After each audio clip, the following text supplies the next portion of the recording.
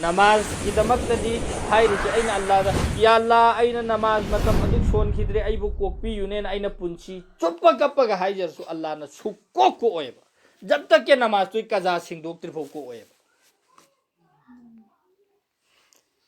सिदी कजा सिंगदोक त्रिफो को ओएबा मरम दे एक लंदोन नेबा अल्लाह की हक लंदोन नेबा इंगोंद तोलिसी फरिस्ता सिंग द हाइगदरसी अहान बा कांगथोक पगान मागी नमाज की करी हलत नो एंगो एंगनी एश सिदी नमाज में आम वाली है मपुंसी तंखाइमदी नमाज सोलक्तरे एन हाइरे ने फरिस्ताना अदैदी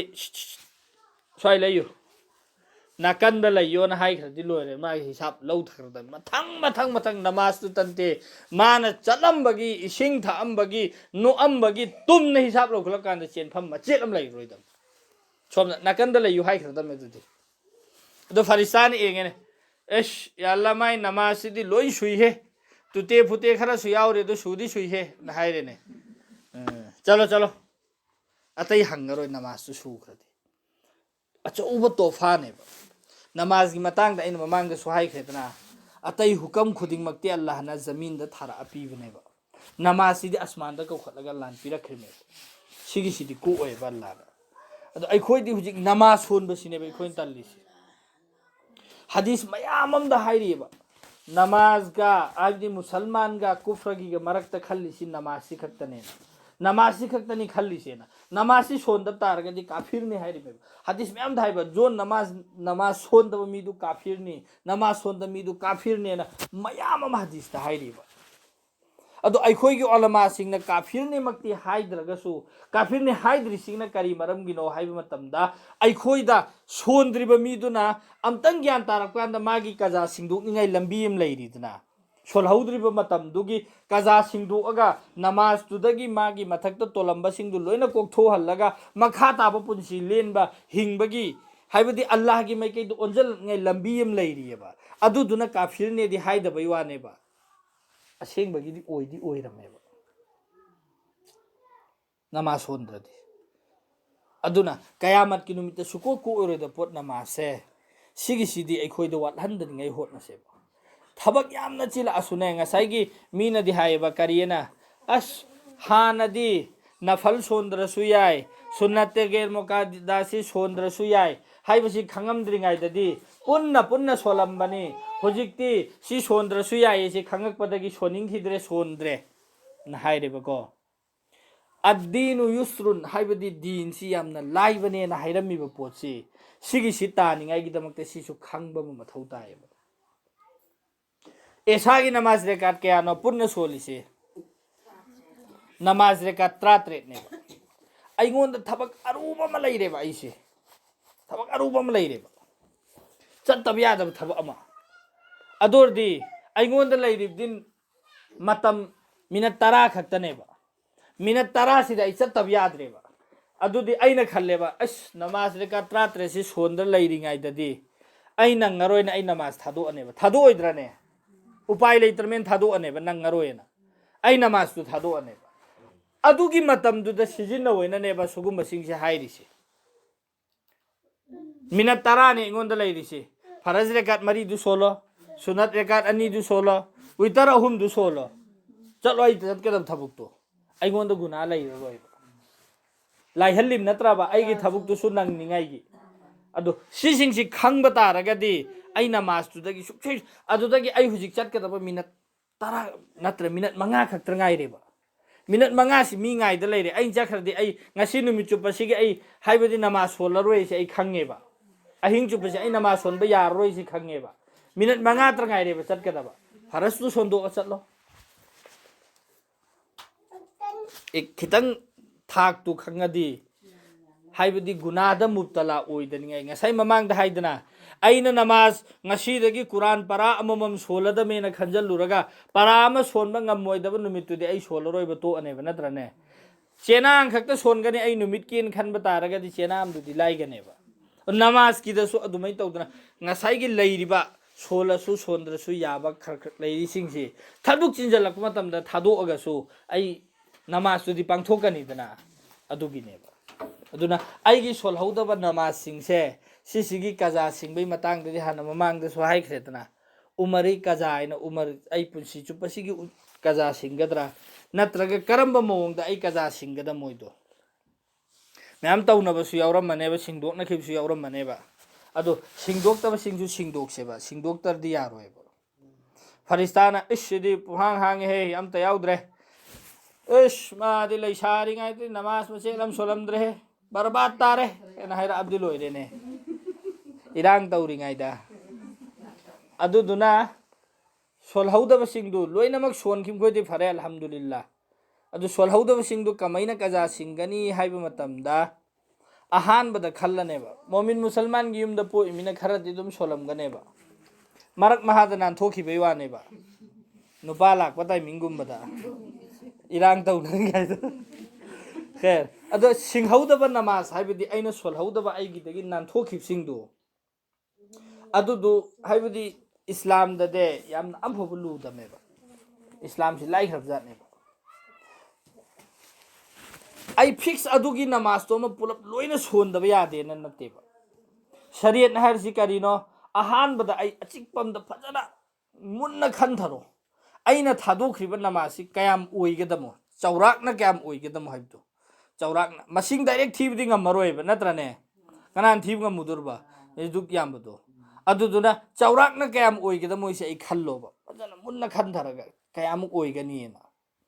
अदो आइन खले आइना थादोखरिबा नमाजि अदवाई तंजा स्कूल कारिङै तंजादो मा आइ नमाज सुक्सोन सोनखिद्रे अदुदि आइन स्कूल कारमिसि चही अनीनी आइना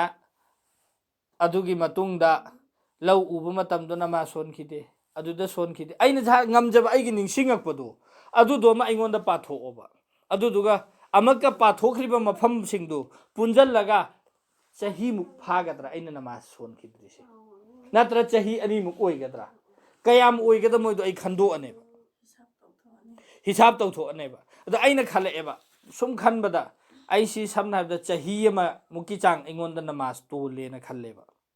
चही अमगी नमाज इंगोंदा तोलेना आइना खल्लेबा आइना खल्लिबसे अल्लाह ना अदु खक्तो ओइहनबिरनेबा अदोगी हेलमसो अल्लाह ना कोकथोकबिखनेबा वाटअमसो अदुगी चांग अदु खक्तो ओइहनखनेबा जो आइगी वखन्ना फैसला ताखिबदो अदुदा अल्लाह सो राजी ओइखरने अल्लाह ना फरे बंदा नंगना खनबदो अदु आइना ओइहल्लमेन ओइहनबिरनेबा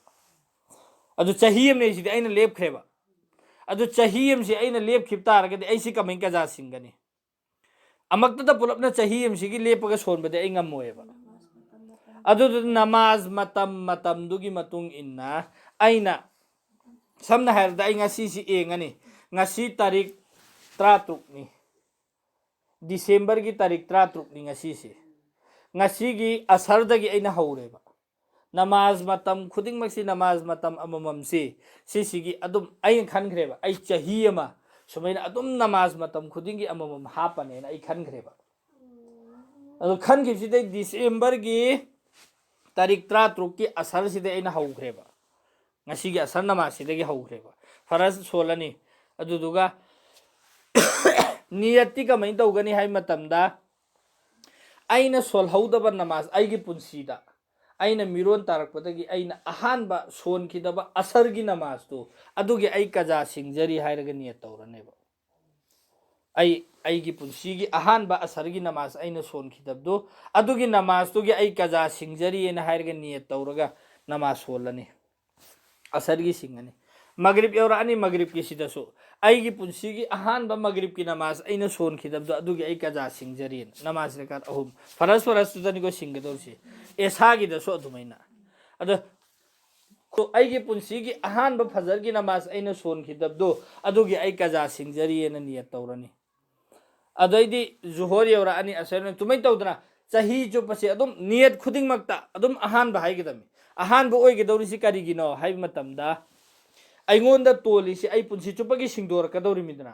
अदु ngasiगी असरगी सिदा आइना हाइखरेबा आइगी पुंसीगी अहानबा असरगी नमाज कजा ओइखिबदो आई अदु सिंगनबा नियत लौजरिएन आई नियत लौखरेबा अदुगी नमाज तुदि सिंगखरेबा अदु कजादा लैरोइको हयेंग नोंगालकपगांदा अमक अदुगी मथंगिदो अदु अहानबा तारकदौरमेबा नत्रने अहानबा तार ओइद्रने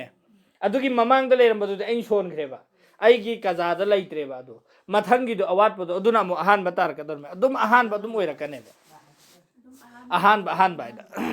ꯑꯗꯨꯃꯥꯏ ꯅꯤꯌꯠ ꯇꯧꯔꯒ ꯑꯩꯅ ꯉꯁꯥꯏꯒꯤ ꯑꯗꯨꯗꯒꯤ ꯁꯨꯝ ꯁꯣꯜꯂꯛꯑꯅꯤ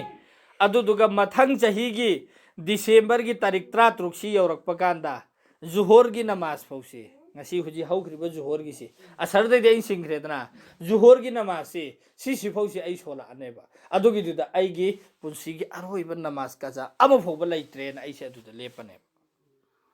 ꯑꯗꯨꯒꯤ ꯃꯇꯨꯡꯗꯩꯗꯤ ꯑꯩꯁꯤ ꯀꯔꯤ ꯑꯣꯏꯔꯅꯤ ꯁꯥꯍꯤꯕꯦ ꯇꯔꯇꯤꯕ ꯑꯣꯏꯔꯅꯦꯕ ꯁꯥꯍꯤꯕꯦ ꯇꯔꯇꯤꯕ ꯍꯥꯏꯔꯤꯁꯤꯅ ꯑꯃꯨꯛꯀ ꯇꯣꯉꯥꯜꯂꯤꯃꯤ ꯅꯃꯥꯖ ꯍꯥꯏꯕꯗꯤ ꯃꯥꯒꯤ ꯃꯄꯨꯟꯁꯤꯗ ꯅꯃꯥꯖ ꯀꯖꯥ ꯑꯃꯐꯥꯎ ꯂꯩꯇꯕ ꯃꯤꯗꯣ ꯑꯗꯨ ꯑꯣꯏꯔꯅꯦꯕ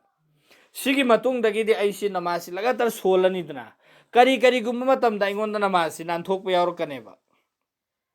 ꯌꯥꯎꯍꯟꯗꯅꯤꯡꯉꯥꯏ ꯍꯣꯠꯅꯒꯗꯕ ꯃꯤ ꯌꯥꯎꯔꯦ ꯈꯜꯂꯣꯅꯦ ꯅꯪꯍꯧꯗꯗꯅ ꯑꯩ ꯖꯨꯍꯣꯔꯒꯤ ꯅꯃꯥꯖ ꯁꯣꯜꯍꯧꯗ꯭ꯔꯦ ꯑꯁꯔꯒꯤ ꯁꯣꯜꯍꯧꯗ꯭ꯔꯦ ꯃꯒ꯭ꯔꯤꯕꯀꯤꯁꯨ ꯑꯩꯁꯤ ꯁꯣꯜꯍꯧꯗ꯭ꯔꯦꯕ ꯏꯁ ꯅꯃꯥꯖ ꯃꯇꯝ 3 ꯇꯣꯟꯈ꯭ꯔꯦꯕ ꯑꯩ ꯁꯤꯒꯤ ꯀꯖꯥꯗꯤ ꯀꯃꯥꯏꯅ ꯁꯤꯡꯒꯅꯤ एसागी ꯃꯇꯝꯁꯤꯗ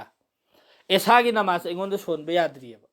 जब तक के जुहोर गिने असर गिने मगरिब गिने नमाज अहुम से कजा सिंगदोक्त्रि फौबा मतमदुगी एसागी नमाज अइ सोनबे याद्रियेबा सिने साहिबे तरतीब